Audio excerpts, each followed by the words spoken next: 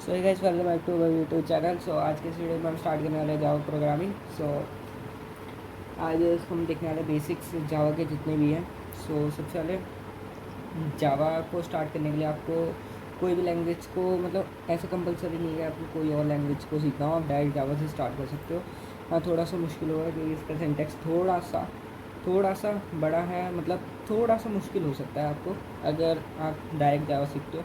Instead के आप पहले सी सीख सकते हो अगर आपको जावा सीखने में मुश्किल होती है। सी के बाद आप C++ पे स्विच कर सकते हो। वैसे मैं बहुत बेसिक से बताऊंगा, तो जावा से भी आप डायरेक्ट पढ़ सकते हो। और जावा में भी हम DSA करेंगे और C++ को भी हम कर रहे हैं साथ साथ, और DSA हम दोनों में ही करेंगे। पहले जावा को स्टार्ट करते हैं। तो सबसे पहले जावा में हमारे पास क्या होता है, एक कोड पहले से लिखा रहता है। जो ये कोड पहले से लिखा हुआ है इसको हम कहते हैं बॉयलर प्लेट कोड। ठीक है, तो बॉयलर प्लेट कोड क्या होता है, ये हमारे एक ऐसा कोड होता है जो कि पहले से लिखा होता है इनबिल्ट, और कई बार आपके कोड एडिटर में ये डायरेक्ट आ जाता है, और किसी किसी कोड एडिटर में आपको खुद से लिखना पड़ता है। तो ये आप कर सकते हो। और इसमें क्या है ना, मतलब कि ये बॉयलर प्लेट कोड जब आप लिखोगे तो इसके बाद ही आप अपना कोड रन कर सकते हो। ये लिखना कंपलसरी है। जैसे पाइथन जैसी लैंग्वेजेस में बॉयलर प्लेट कोड नहीं होता है। आप C++ देखोगे तो उसमें भी बॉयलर प्लेट कोड होता है। उसमें आपको फंक्शन बनाना पड़ता है पहले, तभी आप अपना प्रिंट स्टेटमेंट वगैरह लिख सकते हो। HTML में भी बॉयलर प्लेट कोड होता है। ठीक है, तो यहाँ पे बॉयलर प्लेट कोड कहते हैं इसको। अब इसका जो मतलब है, पब्लिक क्लास फर्स्ट क्लास, इसके बाद कॉलन, और फिर public static void main string argument, और फिर कॉलन। इसका मतलब मैं अभी थोड़ा सा बताता हूँ। सबसे पहले पब्लिक क्लास। हमारी एक क्लास होती है जिसके अंदर हम कोड को लिखते हैं। ठीक है, तो हमारी इस क्लास का जो नेम होता है, ये हमारी क्लास का नेम होता है, जो हमारी फ़ाइल का नेम हमने दे रखा है। तो हमने अपनी फ़ाइल का नेम दे रखा है फर्स्ट क्लास डॉट जावा। ठीक है, तो हम उसका नाम यहीं पे लिख देंगे। ठीक है, तो हम लिख देंगे फर्स्ट क्लास। ये हमारी फ़ाइल का नेम है first class, public class first class. तो अगर हमारी जावा का नेम होता प्रोजेक्ट, तो हम लिखते हैं पब्लिक क्लास प्रोजेक्ट। ठीक है, तो हमको सबसे पहली लाइन लिखनी है पब्लिक क्लास फर्स्ट क्लास। ठीक है, उसके बाद हमको ऐसे कॉलन लगा देना है। ठीक है, इसके बाद हम लिखेंगे पब्लिक स्टैटिक वॉइड मेन। ये अगर आपने C या C++ देखा हो तो आपको पता होगा कि ये फंक्शन बनाने के लिए यूज़ करते हैं, और हमारे फंक्शन के अंदर ही हमारे जो भी हम कोड लिखते हैं वो फंक्शन के अंदर ही लिखते हैं, मेन फंक्शन के अंदर। तो ये हमारा एक मेन फंक्शन है जिसके अंदर हमने आर्गुमेंट देकर स्ट्रिंग। ठीक है, तो इसके अंदर अब हम कोड को अपना लिखना शुरू करते हैं। तो हमारे पास सबसे पहला जो स्टेटमेंट होती है, जो भी हम लिखते हैं सबसे पहला कि प्रिंट करवाने के लिए, तो वहाँ पे जावा में प्रिंट कराने के लिए स्टेटमेंट यूज़ करी जाती है system.out.println, और फिर ये ब्रैकेट लगा के हम अंदर स्ट्रिंग में दे देते हैं कि हमको क्या प्रिंट करवाना है। ठीक है, तो सबसे पहले मैं इसको एक बार रन करके दिखाता हूँ आपको। ये हमारे पास हेलो वर्ल्ड इसने प्रिंट करके दे दिया। अब यहाँ पर क्या है ना कि यहाँ पर ना दो तरह की प्रिंट स्टेटमेंट होती है, मैं आपको बताता हूँ। ठीक है, सबसे पहले यहाँ पर दो नहीं तीन तरह की होती है। तो सबसे पहले तो यहाँ पे प्रिंट एलन लिखा है, आप डायरेक्ट प्रिंट लिखो। ठीक है, तो ये प्रिंट कर देगा। यहाँ पर इसने प्रिंट कर दिया। ठीक है, अब हम देखते हैं कि इन दो स्टेटमेंट में फ़र्क क्या है, प्रिंट में और प्रिंट एलन में। ठीक है, तो हम वापस से लिखते हैं सिस्टम। जैसे ही मैंने यहाँ पे सिस्टम लिखा, ये मेरे को ये मेरा कोड एडिटर मेरे को दिखा देता है कि ये मैं इसको कंप्लीट कर सकता हूँ। तो आपको पूरा लिखने का ज़रूरत नहीं है। और ये कैसे आता है ये आप देख सकते हैं एक्सटेंशन को इंस्टॉल करके। ठीक है, तो अब यहाँ पे system.out.println, सबसे पहले मैं यहाँ पे लिख देता हूँ हेलो। ठीक है, तो अब यहाँ पर क्या है ना, मैं प्रिंट के बाद ln लिखता हूँ। तो आपको ln का मतलब बताता हूँ। सबसे पहले हम इसको ना प्रिंट ही रहने देते हैं, और इसको भी हम प्रिंट रहने देते हैं। अब Ctrl+S Ctrl+Alt। अब देखिए, अब क्या हुआ है ना कि हेलो वर्ल्ड ये लिखा हुआ है सबसे पहले, इसके बाद हेलो लिखा हुआ आया। तो अब क्या हुआ ना, ये एक ही लाइन में आ गया और कोई भी स्पेस नहीं आई। तो हमको चाहिए कि नेक्स्ट लाइन में आए। तो नेक्स्ट लाइन में लाने के लिए हम क्या कर सकते हैं ना, इसको यहाँ पर ln लिख सकते हैं। तो प्रिंट ln, प्रिंट ln। अब ये क्या करेगा ना, इसको नेक्स्ट लाइन में दे देगा। तो अब ये देखिए यहाँ पे आया हेलो वर्ल्ड, और नीचे हेलो नेक्स्ट लाइन में। तो इस तरीके से आप नेक्स्ट लाइन में ला सकते हो। अब एक और तरीका होता है नेक्स्ट लाइन में लाने का, तो वो मैं आपको बताता हूँ। सबसे पहले एल को हटाएंगे। सो नेक्स्ट लाइन में लाने का एक और तरीका है स्लैश एन का यूज़ करना। सो सबसे पहले आपको स्लैश एन का यूज़ करना पड़ेगा नेक्स्ट लाइन में लाने के लिए। तो ये हमको उल्टा स्लैश चाहिए होगा नेक्स्ट लाइन में लाने के लिए, ठीक है। सो आप कर सकते हो स्लैश एन का यूज़ करके। ये अभी मेरा स्लैश मेरे को नहीं मिल रहा, सो स्लैश मिलेगा तो मैं आपको दिखा देता हूँ, ठीक है। सो इसके बाद हमारे पास ये दो इस मैंने आपको बताया प्रिंट कराने के लिए। तो अगर हमको कोई वेरिएबल डिक्लेयर करना है तो मैं बताता हूँ कैसे डिक्लेयर कर सकते हैं वेरिएबल। सो वेरिएबल डिक्लेयर करने के लिए so wait an minute, slash N हमको मिल चुका है। सो ये रहा हमारे पास स्लैश एन। हाँ, तो ये स्लैश एन देखिए। अब इसको क्या कहते हैं, कंट्रोल से कंट्रोल ऑल्ट एन, और ये हमारे पास हो गया। सो हम क्या कर सकते हैं, या तो प्रिंट एल एन लिख दें, या फिर हम क्या करें अपने प्रिंट स्टेटमेंट में ही स्ट्रिंग के अंदर ही थोड़ा सा स्पेस दे के स्लैश एन लिख दें, ठीक है। सो क्या अगर हम स्पेस हटाएं तो कुछ फ़र्क पड़ेगा? नहीं, तब भी कुछ फ़र्क नहीं पड़ेगा। हम चाहे तो स्पेस दे सकते हैं, चाहे तो स्पेस नहीं दे सकते, ठीक है। तो ये हम ऐसे करके प्रिंट करा सकते हैं, ठीक है।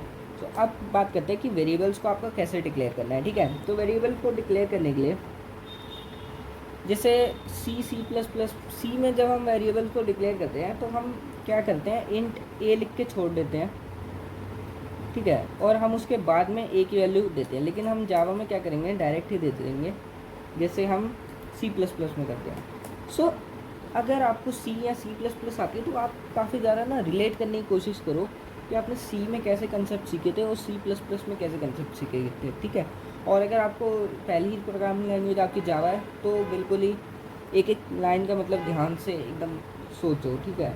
तो सबसे पहले ए की वैल्यू हमने लिया है, तो ये ए की वैल्यू हमने क्या लिया है, इंटीजर में। तो आपको पहले वेरिएबल का डेटा टाइप डिफाइन करना पड़ता है। यहाँ पे हमने इंटीजर लिया है, ठीक है। फिर ए हमारे पास 10 है। तो इसके बाद क्या करेंगे, हम चाहे तो इसको प्रिंट करा सकते हैं, ठीक है। सो मैं प्रिंट कराने के लिए क्या करता हूँ ना कि यहीं से प्रिंट स्टेटमेंट को कॉपी कर लेता हूँ, कंट्रोल वी, और यहाँ पे क्या करेंगे, हम इसको हटाएंगे और ए की वैल्यू लिख देंगे, ठीक है। So control S control all 10। सो ये आगे हमारे पास ए की वैल्यू 10, ठीक है। तो इसको हम हटा देते हैं। तो अब इसके बाद हमारे पास क्या होते हैं, डेटा टाइप्स के बारे में मैं आपको बताता हूँ। तो सबसे पहला तो हमने स्ट्रिंग डेटा टाइप देखा, ठीक है। जो हमने ये प्रिंट करा है ये स्ट्रिंग डेटा टाइप है, और आप इसको डिक्लेयर करने के लिए लिख सकते हो स्ट्रिंग बी बराबर में, और आप अपनी स्ट्रिंग दे रहे हो, ठीक है। तो ये आपकी स्ट्रिंग है सॉरी। सो आप चाहो तो यहाँ पे स्पेस देके कुछ भी लिख सकते हो। सो मतलब ज़रूरी नहीं है कि आप एक ही लाइन में लिखो, मतलब आप स्पेस दे सकते हो। Space is also consider a character of a string, ठीक है। सो एक एक जो भी ये है, जैसे एच है, सो ये 1 आपका एक कैरेक्टर है, ठीक है। अब स्पेस भी आपका एक कैरेक्टर है, ठीक है। तो ये स्ट्रिंग होता है। सो इसको हम हेलो करके ऐसे लिख देते हैं, ठीक है। अब यहाँ पर हम बात करेंगे डेटा टाइप्स की। सो डेटा टाइप्स हमने ये 2 डेटा टाइप्स पढ़े हैं, ठीक है। अब इसके बाद मैं आपको बताता हूँ।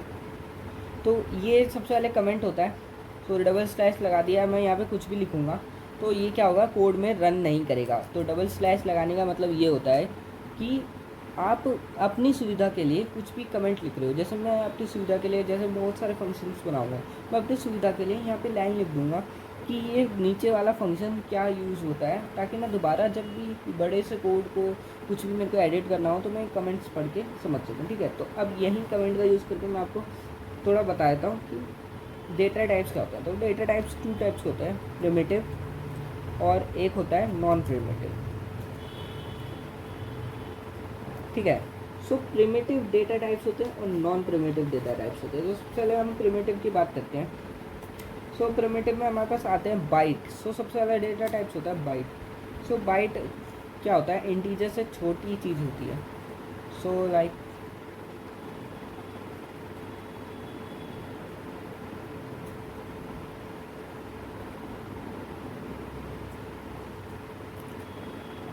तो सबसे पहले हम लिखते हैं बाइट। तो बाइट क्या होता है ना, तो छोड़ो इसको हम रन नहीं करेंगे। सो बाइट को हम सबसे पहले देखते हैं। तो बाइट क्या होता है, जैसे बाइट हम 8 ले लिया हमने, ठीक है। तो अभी सिंटैक्स में मत जाना क्योंकि मैं यहाँ कोड नहीं रन कर रहा हूँ, मैं बस आपको समझा रहा हूँ लिख करके, जैसे पेन कॉपी पे समझाते हैं वैसे, ठीक है। तो इसमें क्या होता है, बाइट में 256 नंबर्स आते हैं, ठीक है। सो इसकी रेंज होती है आपकी -127 से, सॉरी -128 से 127 तक।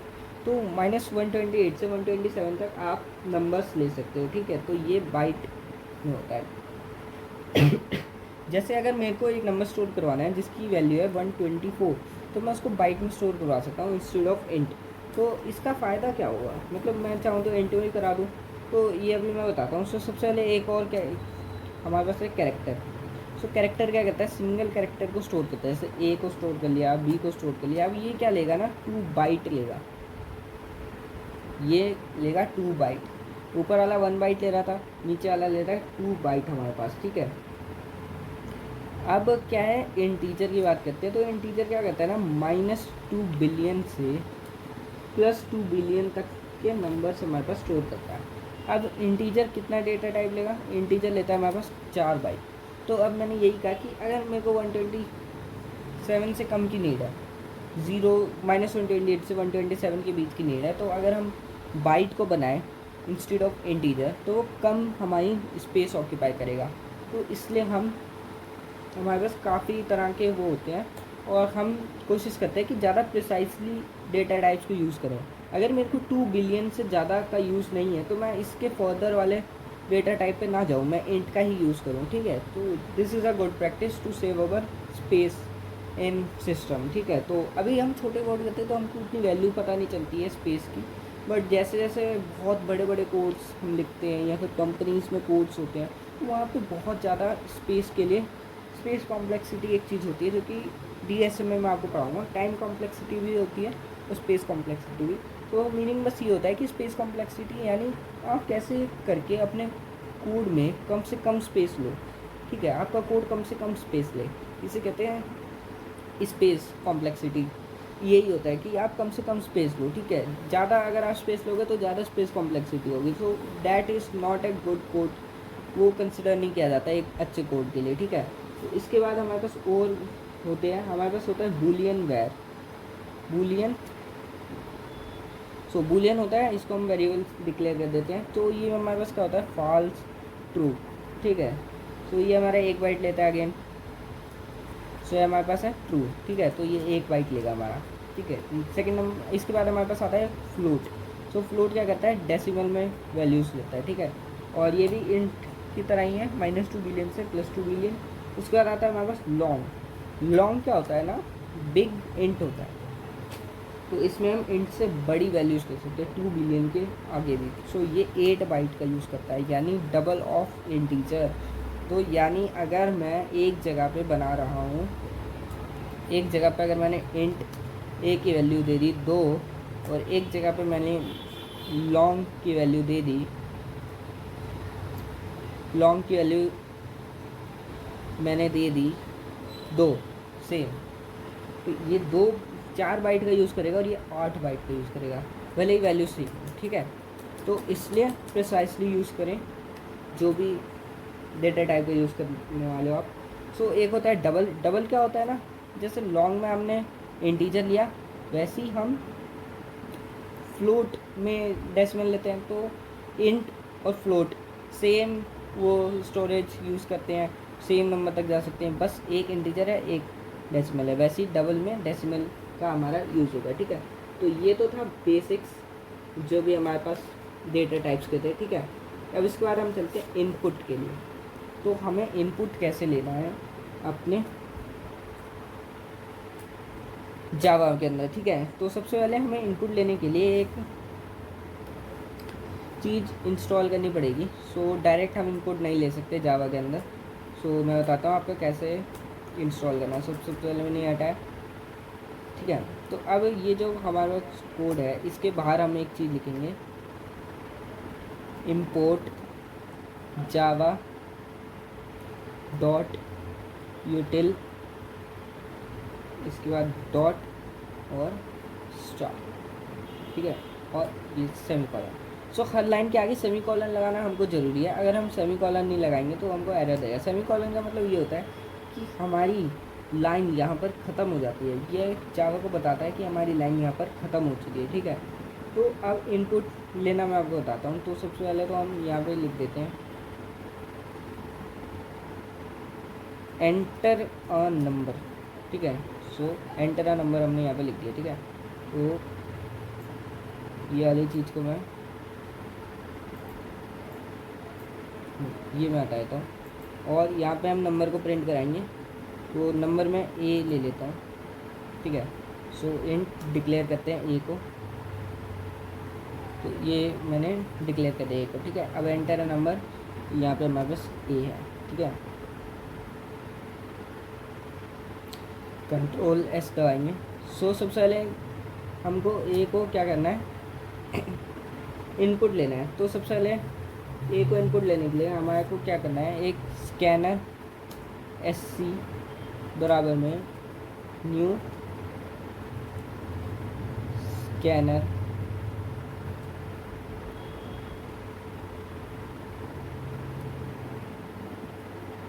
सिस्टम डॉट इन, ठीक है। सो स्कैनर की स्पेलिंग में से कर लेता हूँ, ठीक है। तो ये हमको सबसे पहले पहली लाइन हमको ये लिखनी पड़ेगी। अब क्या करते हैं, हमको क्या करना है, इंट नंबर, हमने ये बनाया नंबर और इसमें हम इनपुट ले लेंगे। सो इनपुट कैसे लेना है, equal to S C dot next int. So मैं पहले अच्छे से लिख लेता हूँ इसको।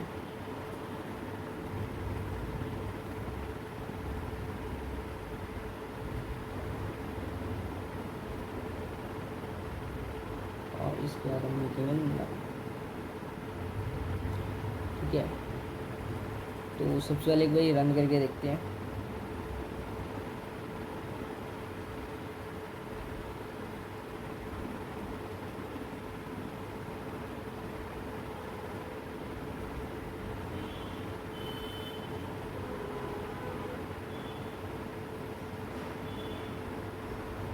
सो यहाँ पे ये यहाँ से रन करता हूँ, ठीक है। सो एक सेकेंड, मैं ये एरर एक सेकेंड देखता हूँ।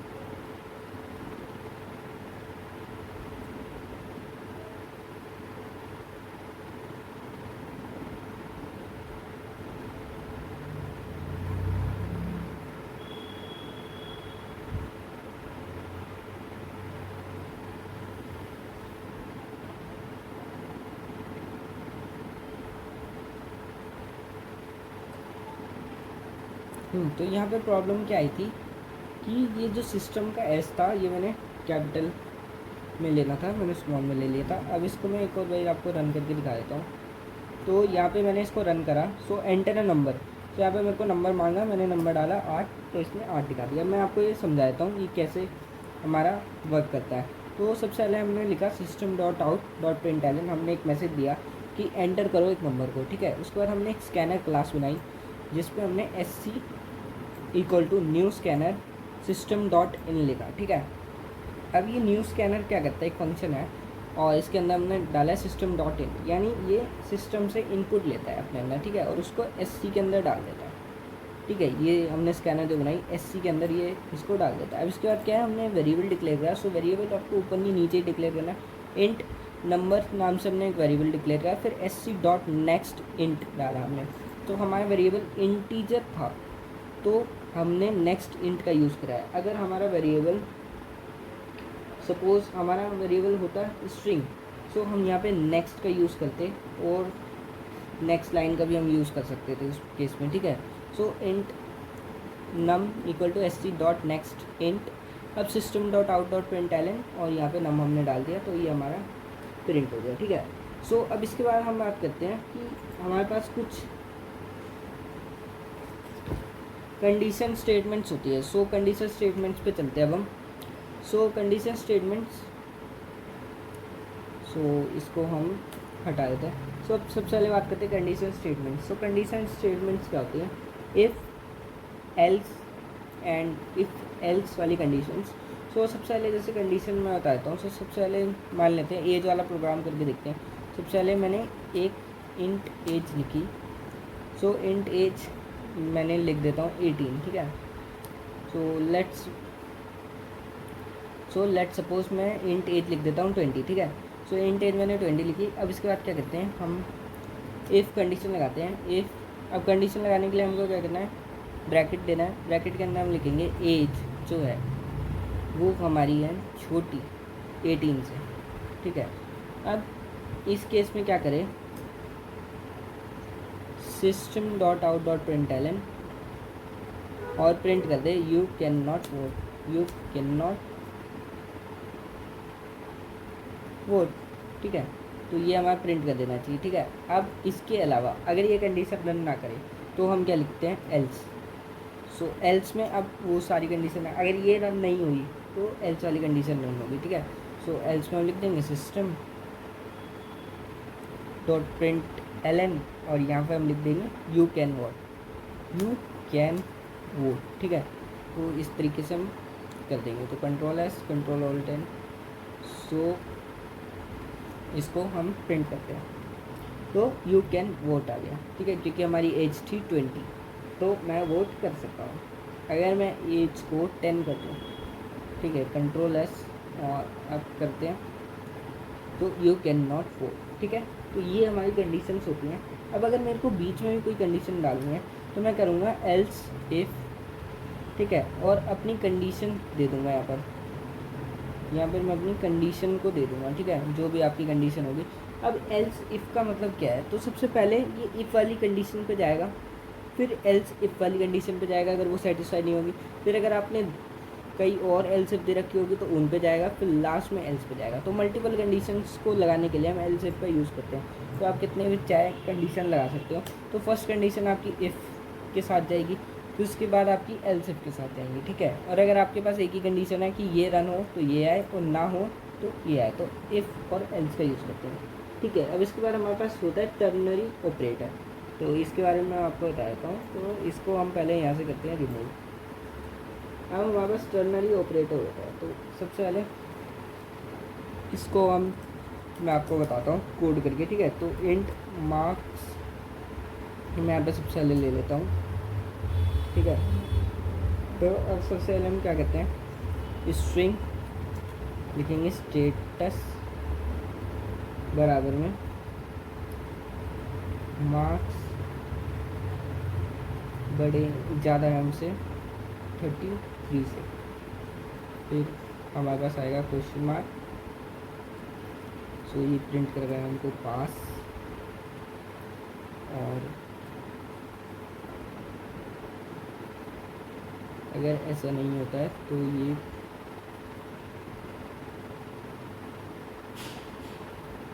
ठीक है फेल, ठीक है। तो ये हमारे पास स्टेटमेंट आ गई। कंट्रोल एस, सो एक सेकेंड, हमने गलती से क्या किया कि अपना एक ये रिमूव कर दिया था, ठीक है। तो control S, so there is one error marks. So हमने क्या करा? मार्क्स तो डिक्लेयर करा लेकिन उसका वैल्यू नहीं दिया, ठीक है। सो मार्क्स की वैल्यू हम दे देते हैं। सो मार्क्स इक्वल टू 26, ठीक है। सो हमने यहाँ पे मार्क्स इक्वल टू 26 लिख दिया। तो अब इसने क्या करा? कुछ भी मेरे को प्रिंट करके नहीं दिया है, बट ये कंडीशन रन हुई है। तो कंडीशन रन हुई मेरे को कैसे पता चला? क्योंकि यहाँ पे कोई भी एरर थ्रो नहीं है और ये सक्सेसफुली रन हुई है, ठीक है। बट इसने कुछ भी प्रिंट नहीं किया, तो यहाँ पे हमको प्रिंट करवाना है, ठीक है। तो यहाँ पर हमारा क्या हुआ है, हमको प्रिंट नहीं किया है क्योंकि हमने यहाँ पे प्रिंट स्टेटमेंट का यूज़ ही नहीं किया है। सो यहाँ पे हम लिखेंगे स्टेटस, तो हमने स्टेटस को बनाया था तो हमने स्टेटस लिखेंगे। अब कंट्रोल एस, सो अब इसको रन करते हैं तो हमारे पास दे दिया फेल। तो अब ये क्या है स्टेटमेंट, तो मैं आपको बताता हूँ। जैसे हमने इफ एल्स वाली कंडीशन लगाई तो वो बहुत ज़्यादा मतलब लंबी थी, बट तो वो स्पेस भी ज़्यादा लेती। सो इसमें क्या है ना कि हमने 2 ही स्टेटमेंट में हमने पूरा कोड कर दिया, ठीक है। तो सबसे पहले हमने इंट किया मार्क्स, मतलब मार्क्स को हमने डिक्लेयर किया 26। उसके बाद हमने स्ट्रिंग ली, स्ट्रिंग का नाम हमने दिया स्टेटस। सो मतलब हमने स्टेटस डिक्लेयर किया, मतलब स्ट्रिंग डिक्लेयर करी, उसका नाम था स्टेटस, ठीक है। और हमने इक्वल टू लिखा मार्क्स ग्रेटर देन और इक्वल टू 30, फिर हमने लगाया क्वेश्चन मार्क, फिर हमने लिखा पास, फिर हमने लगाया कॉलन, फिर लिखा फेल। सो सबसे पहले अगर मार्क्स 33 से ज़्यादा हुए तो क्वेश्चन मार्क के बाद जो पहली चीज़ लिखी है वो रन होगी, वो लिखा आएगा। तो पहला लिखा है पास, तो पास लिखा आएगा। और अगर ये कंडीशन फॉल्स होती है तो सेकेंड वाली चीज़ आएगी, फेल आया। हम स्टेटस को हमको प्रिंट करवा लेना है फिर, ठीक है। तो इस तरीके से हमारे टर्नरी ऑपरेटर का जो यूज़ होता है। इसके बाद हमारे पास स्विच स्टेटमेंट्स आती हैं, ठीक है। सो सबसे पहले इसको हम हटाते हैं,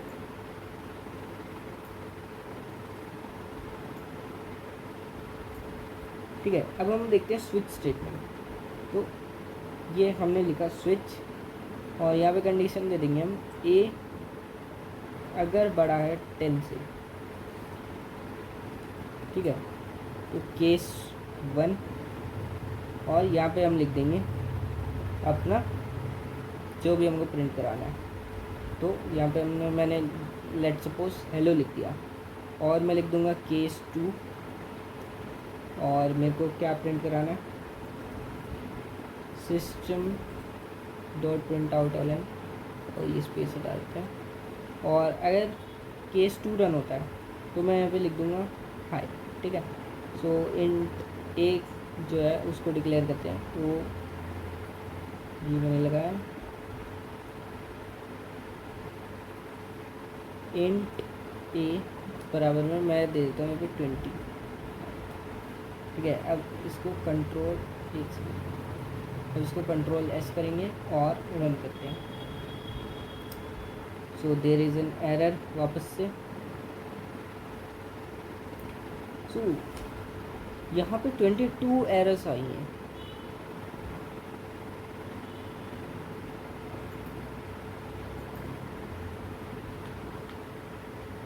या तो सबसे पहले मेरे से मिस्टेक हो गया था, सो आई अपॉलोजाइज दैट। सो मैं वापस से शुरू करता हूँ इस चीज़ को। तो वो बहुत ही मतलब उस चीज़ को भूल जाना। सो मैं शुरुआत से शुरू करता हूँ। सो सबसे पहले मैंने यहाँ पर एक चीज़ ली है, इंट डे बराबर में 4 डिक्लेयर करा है। फिर मैंने लिखा स्विच, उसके अंदर इस वेरिएबल को पास करा। उसके बाद मैंने पैरेंथेसिस लगाई, उसके बाद मैंने केस लिखा, केस 6।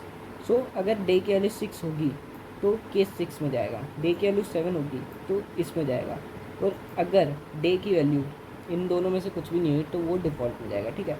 तो हर स्टेटमेंट के आगे मैंने ब्रेक लिखा है। सो ब्रेक क्या करेगा ना कि पहले ये 6 में गया, तो 6 में जाने के बाद अब ये 7 में और डिफ़ॉल्ट में नहीं जाएगा, ठीक है। अगर मैं ब्रेक नहीं लगाता तो 7 में जाता, बट तो एक मैं आपको करके दिखा देता हूँ। सबसे पहले तो मैं नॉर्मली इसको प्रिंट करता हूँ। तो नॉर्मल प्रिंट करा मैंने, तो ये आ गया looking forward to the weekend. क्यों आया, क्योंकि हमने इसकी वैल्यू 4 दे रखी थी और ये किसी से मैच नहीं करी। तो सबसे पहले हम इसकी वैल्यू 6 दे देते हैं, कंट्रोल एस, और 6 जब मैंने इसकी वैल्यू दी तो टुडे इज़ सैटरडे, ठीक है। अब क्या करते हैं ना, इस ब्रेक को हटा के देखते हैं कि क्या हमारे पास होता है। कंट्रोल एस और today is Saturday, today is Sunday. So break लगा के क्या हुआ ना कि जैसे पहली कंडीशन रन कर गई, सो अभी सेकंड भी इसको रन करेगा, ठीक है, अगर मैं यहाँ पर ब्रेक नहीं लगाता तो, ठीक है।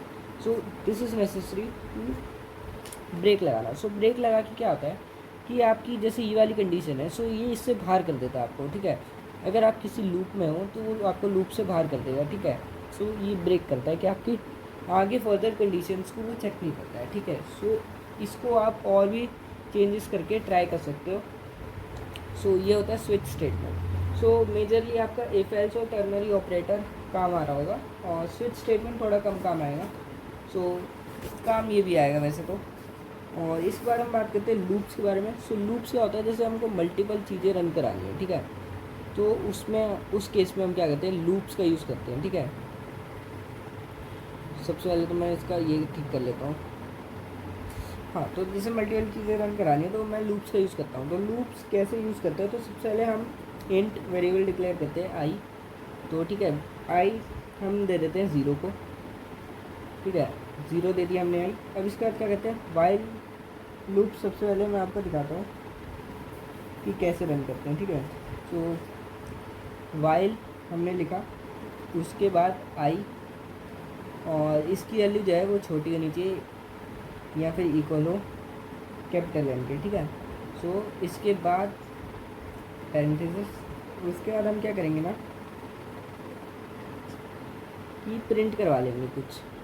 सो system dot out dot print L N, और यहाँ पे हम प्रिंट करवा लेंगे हेलो। और क्या करेंगे ना, इस आई की वैल्यू को बढ़ाते जाएंगे। सो आई की वैल्यू को हम प्लस प्लस कर देंगे, प्लस प्लस। सो एन की वैल्यू को मैं यहीं पे डाल देता हूँ, एन की वैल्यू मैं डाल देता हूँ 4, ठीक है। सो ये हमारा लूप तैयार हो गया। तो इसको रन करते हैं। तो हेलो हेलो हेलो हेलो इसने 5 टाइम्स दे दिया।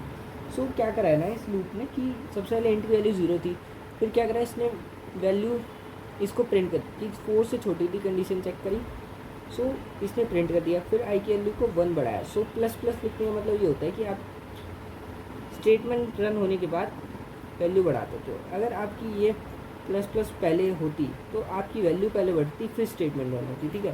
तो प्लस प्लस, अभी तो यहाँ पे इसके नीचे कोई स्टेटमेंट नहीं थी तो इसमें कुछ फर्क पड़ा नहीं। सो प्लस प्लस आपने कर दिया। अब इसके बाद आई की वैल्यू 1 हुई, फिर नीचे आया, फिर प्रिंट करा, फिर 2 हुई, फिर जब तक 4, इसकी 4 थी वैल्यू तब तक इसने प्रिंट करा। 5 होते ही ये कंडीशन चेक करी, सेटिस्फाई नहीं हुई और लूप बंद हो गया, ठीक है। तो इस तरीके से आप क्या है अपना लूप लिख सकते हो। अब जैसे हमको इन्फिनाइट लूप लगाना है, ठीक है, तो हम क्या करते हैं, यहाँ पर लिख देंगे हम वाइल ट्रू। सो ट्रू क्या करता है ना कि वो उसको इन्फिनाइट टाइम्स रन कर देता है। ट्रू मतलब ऑलवेज ट्रू। सो अब ये क्या है ना, इन्फिनाइट टाइम्स रन हो रहा है, अब ये बंद ही नहीं होगा, ठीक है। तो इसको हम यहाँ से बंद करते हैं। सो इन्फिनाइट लूप भी आप ऐसे वाइल लूप में लिख सकते हो। फोर लूप के केस में आप इन्फिनाइट नहीं जा सकते, ठीक है। सो वाइल लूप से ही आप ऐसे इन्फिनाइट बना सकते हो, ठीक है। अब हम देखते हैं इसके बाद फोर लूप को हम कैसे लिखते हैं। सो फोर लूप को लिखने के लिए हमको एक ही लाइन की ज़रूरत पड़ेगी। सो फोर, इसके अंदर हमने लिखा इंट आई, बराबर में हम इसको 1 डिक्लेयर कर देते हैं, ठीक है। इसके बाद हम कंडीशन लेंगे कि आई जो है हमारा छोटा है 10 से, और ये कंडीशन, और आई प्लस प्लस।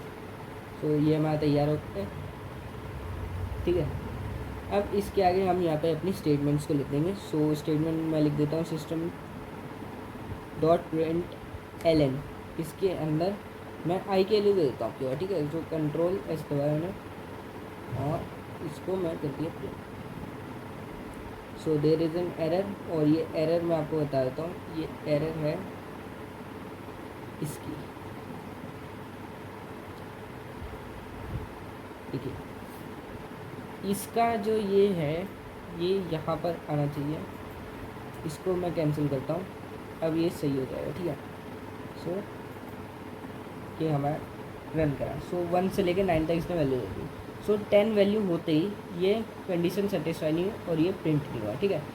और अगर आप चाहो तो फोर लूप के अंदर भी एक और फोर लूप चला सकते हो, जिसको हम मल्टीपल फोर लूप कहते हैं। सो यहाँ पर हम इंट जे वैल्यू डिक्लेयर कर देंगे।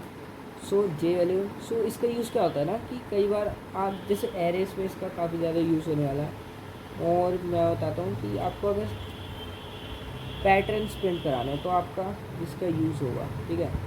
सो अब जे की वैल्यू को भी हम प्लस प्लस कर देंगे, और यहाँ पर हम अब यहाँ पे system dot out dot print L और जे, ठीक है। अब इसको कंट्रोल एस और इसको प्रिंट करके देखते हैं क्या प्रिंट होता है। सो सबसे पहले यहाँ पर there is an error, so इसको सही करते हैं। सो यस, ठीक है, कंट्रोल एस और इसको किया डिलीट और इसको करा, तो ये हमारे पास प्रिंट हो गया। तो सबसे पहले मैं बताता हूँ क्या प्रिंट हुआ है। 1 से लेके 7, 1 से लेके 9 तक प्रिंट हुआ है, फिर 1 प्रिंट हुआ, फिर 1 से लेके 9 तक प्रिंट हुआ, फिर 2 प्रिंट हुआ, फिर 1 से लेके 9 तक प्रिंट हुआ। तो सबसे पहले क्या करा, ये पहले फॉर लूप में गया, वैल्यू 1 थी, ठीक है। दूसरे फॉर लूप में गया, इसने क्या करा 1 से लेके 9 तक प्रिंट कर दिया। अब इसके बाद ये पहले फॉर लूप में जो सेकंड स्टेटमेंट थी उसको प्रिंट करेगा। सेकंड स्टेटमेंट क्या थी कि आप आई को प्रिंट करो, तो आई की वैल्यू 1 थी तो उसने 1 प्रिंट कर दिया। तो 1 से लेके 9 तक प्रिंट करा, फिर 1 प्रिंट करा, फिर आपकी वैल्यू 2 हो गई तो फिर इसने 1 से लेके 9 तक प्रिंट करा, फिर 2 प्रिंट करा, ठीक है। ऐसे करते करते इसने पूरा प्रिंट कर दिया। तो इसको कहते हैं मल्टीपल फॉर लूप्स का यूज़ करना, ठीक है। तो इसके बाद हम बात करते हैं एरेज़ की। सो एरेज़ की हम बात करते हैं।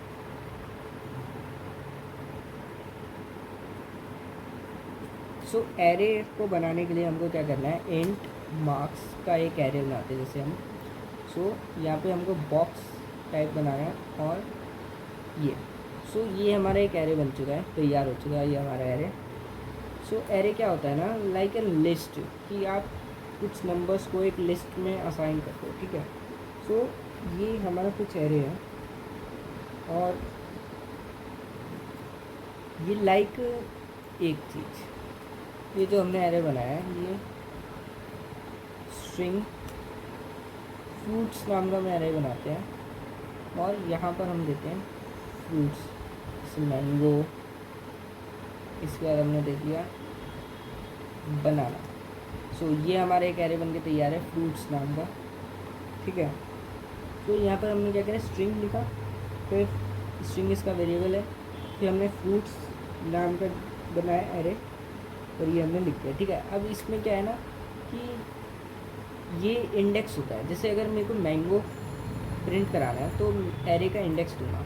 सबसे पहले तो system.println और एरे का नाम लिखता हूँ मैं सबसे पहले फ्रूट्स, और इसका बॉक्स के अंदर मैं इंडेक्स लिख दूँगा जो मेरे को प्रिंट कराना है, ठीक है। मैंने इंडेक्स दिया। अब 0 इंडेक्स पे क्या है ना, हमारा मैंगो है। पहला वाला इंडेक्सिंग जो होती है वो 0 से स्टार्ट होती है जावा में, C++ में, सी में। तो पहले वाला हमारा 0 होता है, सेकंड वाला 1। तो जैसे ही मैंने 0 को डाला तो हमारा मैंगो प्रिंट हो गया। अब 1 डालूंगा तो हमारा क्या करेगा, बनाना को प्रिंट कर देगा। कंट्रोल एस दबाया मैंने और सेव किया तो ये हमको बनाना प्रिंट कर दिया, ठीक है। अब इसके बाद मैं आपको बताता हूँ, तो इसके बाद हमने इंट का बनाया। इंट मार्क्स हम लिखेंगे और इक्वल इंट मार्क्स और ये बॉक्स और इक्वल टू, अब यहाँ पर लिखेंगे हम न्यू इंट और हम बॉक्स के अंदर 50 दे देंगे। तो अब क्या है ना, ये 50 इसकी वो हो गई है एक तरह से रेंज, लाइक कि इसकी वैल्यू क्या है, 50 है। मतलब इसके अंदर 50 आप स्टोर करा सकते हो कैरेक्टर्स जितने भी हैं, ठीक है। और इसके बाद आप सिंपली इसको आप अपना लिख सकते हो, ठीक है। और अगर आपको इनपुट कराना है एरेज के अंदर, एक और चीज़ मैं आपको पहले दिखाता हूँ कि आप जिसमें नहीं यहाँ पे ये इंडेक्स इनपुट करवाया, इंडेक्स को आउटपुट कराया था। अब यहाँ पे ना मैं चाहूँ तो लेंथ भी डिक्लेयर करा सकती हूँ, मतलब आउटपुट करवा सकता हूँ। तो सबसे पहले मैं लिखूँगा फ्रूट्स डॉट लेंथ, ठीक है। ये हमारे पास एक फंक्शन होता है जिससे हमारे पास लेंथ आ जाती है। कंट्रोल एस करेंगे और ये 2, तो इसने हमको length they the. Length 1 and 2, 2 characters थे तो इसने हमको 2 लेंथ दे दी, ठीक है। इसको हम कहते हैं एरेज, इसको मतलब एरेज कहते हैं। और इसमें हमारे पास इंट में भी आप स्टोर करा सकते हो, जैसे इंट मार्क्स किया आपने और इक्वल टू, फिर आपने लिख दिया 1, 2, 3, ठीक है। तो इस तरीके से भी आप बना सकते हो इंटीजर टाइप का एरे, ठीक है। जब आप इसको प्रिंट कराओगे कंट्रोल सी करा मैंने, कंट्रोल वी, और यहाँ पे हम डाल देते हैं मार्क्स। कंट्रोल एस और इसको मैंने प्रिंट करा। सो अब ये मार्क्स की मेरे को इसने लेंथ दे दी 3। सो ये रहा हमारे पास मार्क्स का लेंथ 3, ठीक है। सो ये हमारे पास एरेज होते हैं। अब इसके बाद मैं आपको बताता हूँ। सो यहाँ तक तो था हमारा एरेज के कंसेप्ट। अब इसके बाद क्या होता है ना, ये जितना भी बेसिक था मैंने आपको बता दिया। अब एक बेसिक चीज़ बची है हमारी फंक्शंस बनानी, वो मैं आपको बता देता हूँ अभी। और फंक्शंस के बाद हमने क्योंकि एरे स्टार्ट कर दिया, अब हम स्टार्ट करेंगे डीएसए। सो डीएसए इस लेक्चर में नहीं होगा, नेक्स्ट लेक्चर में होगा। सो डीएसए बेसिक से होगा। सो डीएसए या तो मैं C++ में करा दूँ या मैं जावा में। सो एक लैंग्वेज को मैं चुनूँगा और C++ में भी यहाँ तक मैंने करा दिया है। सो उसमें भी हो सकता है और जावा में भी हो सकता है। तो सबसे पहले एक फ़ंक्शन बनाना मैं आपको बताता हूँ। फंक्शन बनाने के लिए जैसे मैंने पब्लिक क्लास फर्स्ट क्लास लिखी थी ऊपर, ठीक है। तो अब मैं यहाँ पे क्या लिखूँगा, पब्लिक स्टैटिक वॉइड, और फंक्शन का नाम लिख देता हूँ जो मैं बनाने वाला हूँ, प्रिंट हेलो, ठीक है। तो ये मैंने फंक्शन का नाम लिख दिया। और ये अब ये फंक्शन करेगा क्या, मैं वो लिख दूँगा, ठीक है। तो जैसे ये फंक्शन क्या करेगा ना कि system dot out dot print ln. So ये फंक्शन क्या करेगा, हमको प्रिंट करके दे देगा हेलो, ठीक है। अब इस फंक्शन को मेरे को अगर कहीं भी कॉल कराना है तो मैं कैसे कॉल कराऊँगा, मैं इसको अंदर अपने मेन फंक्शन के लिख दूँगा फंक्शन का नाम हेलो और ऐसे, ठीक है। तो अब ये हमारा क्या होगा, so there is another error. So इसको ज़रा चेक करते हैं क्या एरर है इसमें।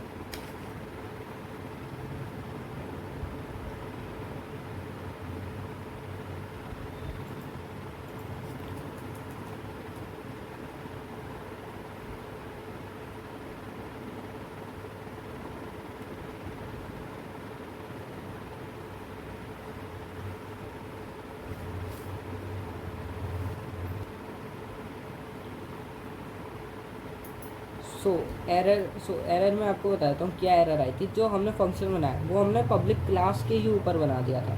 सो क्लास के अंदर ही हमारा सब कुछ आएगा। सो फंक्शन में हमें पब्लिक क्लास के अंदर बनाना है, बस पब्लिक स्टैटिक वॉइड ये मेन फंक्शन के बाहर बनाना है। सो मेन फंक्शन के अंदर नहीं बनाना है, मेन फंक्शन के बाहर बनाना है, लेकिन हमको क्लास के अंदर ही बनाना है, ठीक है। क्लास के बाहर हम बस अपने इम्पोर्ट्स कराएंगे, ठीक है। तो इसके अंदर हमने फंक्शन बना दिया और फंक्शन को हमने उसके नाम से कॉल कर लिया, पब्लिक स्टैटिक वॉइड, और फंक्शन का नाम लिखा और अंदर क्या फंक्शनैलिटी करेगा हमने वो लिखा। और फंक्शन को कॉल करने के लिए हमने फंक्शन का नाम और ये पैरेंथेसिस लगाया और इसको हमने कर दिया ऑन। सो ये हमारा 2 3 और ये हमारे नीचे हेलो प्रिंट कर दिया, ठीक है। सो ये सारा बेसिक्स जावा का एक ही वीडियो में मैंने कवर करा। सो अब नेक्स्ट वीडियो से, नेक्स्ट लेक्चर से हम डीएसए स्टार्ट करेंगे। और डीएसए काफ़ी ज़्यादा मतलब पूरा थ्योरी और पूरा एकदम डिटेल में एक एक लेक्चर में हम एक एक चीज़ देखेंगे। So thanks for watching.